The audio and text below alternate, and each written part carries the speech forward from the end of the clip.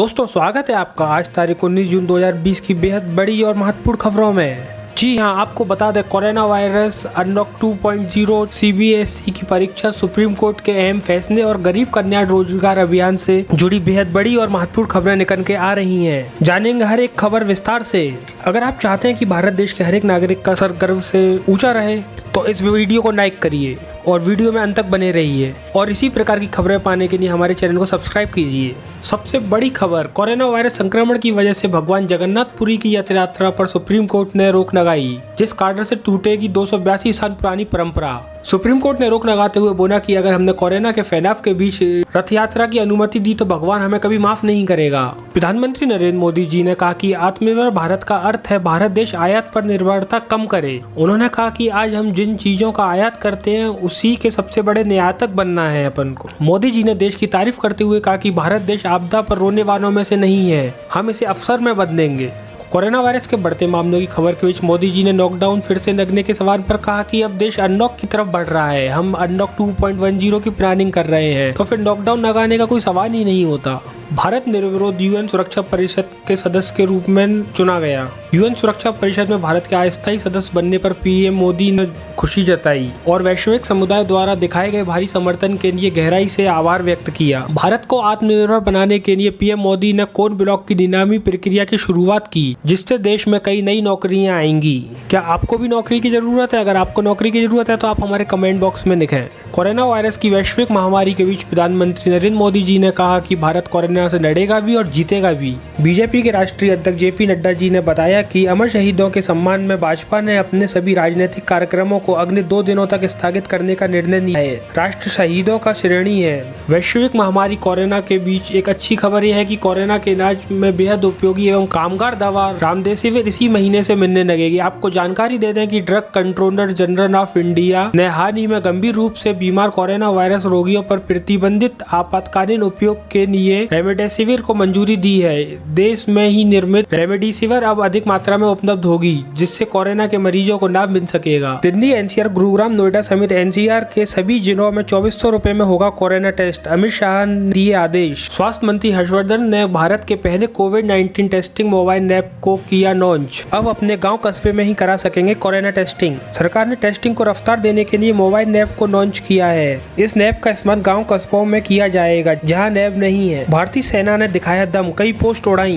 पाकिस्तान के 4 सैनिकों को किया ढेर। एलओसी पर पाकिस्तानी सेना लगातार संघर्ष विराम का उल्लंघन करते हुए फायरिंग कर रही है। ऐसे में भारतीय सेना ने मुंहतोड़ जवाब देते हुए पाकिस्तानी सेना की कई पोस्ट को तबाह कर दिया है। इस जवाबी कार्रवाई में पाकिस्तान के 4 सैनिक मारे गए हैं, वहीं 1 दर्जन से ज्यादा पाकिस्तानी सैनिक घायल हो गए हैं। भारत और चीन के मेजर जनरल रैंक के अधिकारियों के बीच की बातचीत आज फिर से बेनतीजा रही। चीनी विदेश मंत्रालय ने कहा अपनी क्षेत्रीय रक्षाओं की चीन की दृढ़ इच्छा शक्ति को कम नहीं आगे भारत। सीमा विवाद पर चीन की धमकी। चीन के सरकारी अखबार ने कहा कि अगर सीमा पर तनाव बढ़ा तो भारत को चीन के अलावा पाकिस्तान, नेपाल की सेनाओं का दबाव भी झेलना पड़ेगा। उन्होंने कहा कि अगर भारत सीमा पर तनाव बढ़ता है तो उसे 3 मोर्चों पर सैन्य दबाव का सामना करना पड़ेगा। उसकी सेनाओं के पास इतनी ताकत नहीं है कि वो इस दबाव को झेल पाए। आपकी क्या राय है चाइना की इस धमकी को लेकर? हमें कमेंट बॉक्स में बताएं। चीन में फिर पांव पसारने लगी संक्रमण की दूसरी लहर। 24 घंटे में मिले 28 नए मामले। नेपाल की नेशनल असेंबली ने भी पास किया विवादित नक्शा। भारत सरकार के दूरसंचार विभाग ने यह फैसला लिया है कि बीएसएनएल के 4G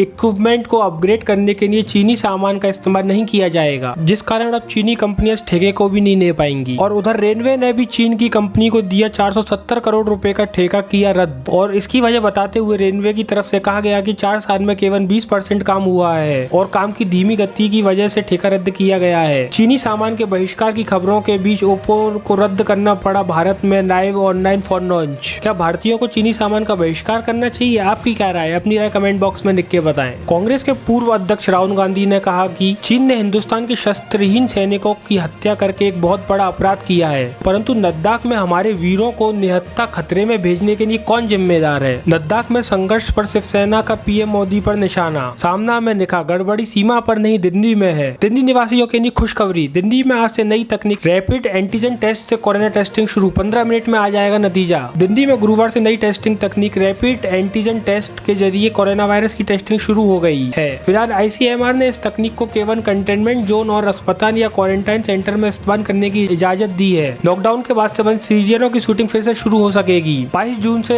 टीवी सीरियलों की शूटिंग शुरू होगी। जुलाई से प्रसारण हो सकेंगे नए कार्यक्रम। ट्विटर में आया वॉइस ट्वीट का नया फीचर। ट्विटर ने वॉइस ट्वीट फीचर लॉन्च किया है। 140 सेकंड तक की लिमिट है। लिमिट खत्म होने के बाद अगला वॉइस ट्वीट खुद से रिकॉर्ड होगा और आपको ट्विटर थ्रेड में ऐड हो जाएगा। फिलहाल ये सुविधा iOS यूजर्स के लिए ही उपलब्ध रहेगी। ट्विटर का कहना है कि कई बार 280 शब्द काफी नहीं होते हैं, इसलिए कंपनी इस फीचर के जरिए ट्विटर यूज करने को और भी ज्यादा ह्यूमन टच देना चाहती है। रूस में कोरोना की वैक्सीन तैयार, ह्यूमन ट्रायल शुरू हुआ। इस दवा को Gamaleya scientific research institute of epidemiology and microbiology ने तैयार किया है। इस इंस्टीट्यूट के निदेशक अलेक्जेंडर जिंटरबक्स ने कहा कि यह ह्यूमन ट्रायल करीब 1.5 महीने में पूरा हो जाएगा। अगर आप भी चाहते हैं कि जल्दी से जल्दी कोरोना का वैक्सीन आ जाए तो इस वीडियो को लाइक करें। 2 जुलाई को होगा रामलला के मंदिर निर्माण का औपचारिक शुभारंभ। पीएम की उपस्थिति में मंदिर के निर्माण की होगी शुरुआत। सीएम योगी करेंगे भूमि पूजन की तैयारियों का आकलन। अब घर बैठे होंगे रामलला के दर्शन। अयोध्या में श्री राम जन्मभूमि तीर्थ क्षेत्र ट्रस्ट की वेबसाइट लॉन्च। फेसबुक और ट्विटर अकाउंट पहले से एक्टिव है। वेबसाइट पर मिलेगी मंदिर निर्माण से जुड़े अपडेट्स। अर्थ संकट में देवस्थान। 1 लाख करोड़ के खजाने वाले पद्मनाभ मंदिर में पैसों की किल्लत, दान की कमी से रोजमर्रा के कामों पर असर। सरकार और राज परिवार से मांगी जाएगी मदद। केरल में 5 से 7 करोड़ हर महीना दान पाने वाला यह मंदिर 25 मार्च से बंद है। 1.5 करोड़ रुपए मासिक खर्च, जिसमें 1 करोड़ रुपए पुजारियों और स्टाफ की सैलरी। उत्तर प्रदेश के 10वीं पास युवाओं के लिए सरकारी नौकरी पाने का अवसर। 27,000 रुपए होगी तनख्वाह। Uttar Pradesh power corporation limited ने बम्पर संख्या में भर्ती निकाली है। इस भर्ती के लिए योग्य उम्मीदवार 22 जुलाई तक आवेदन कर सकते हैं। आधिकारिक नोटिफिकेशन के मुताबिक 608 पदों पर टेक्नीशियनों की भर्ती की जाएगी। उत्तर प्रदेश कैबिनेट का अहम फैसला। यूपी में 50 से 100 रुपए महंगी होगी वाइन।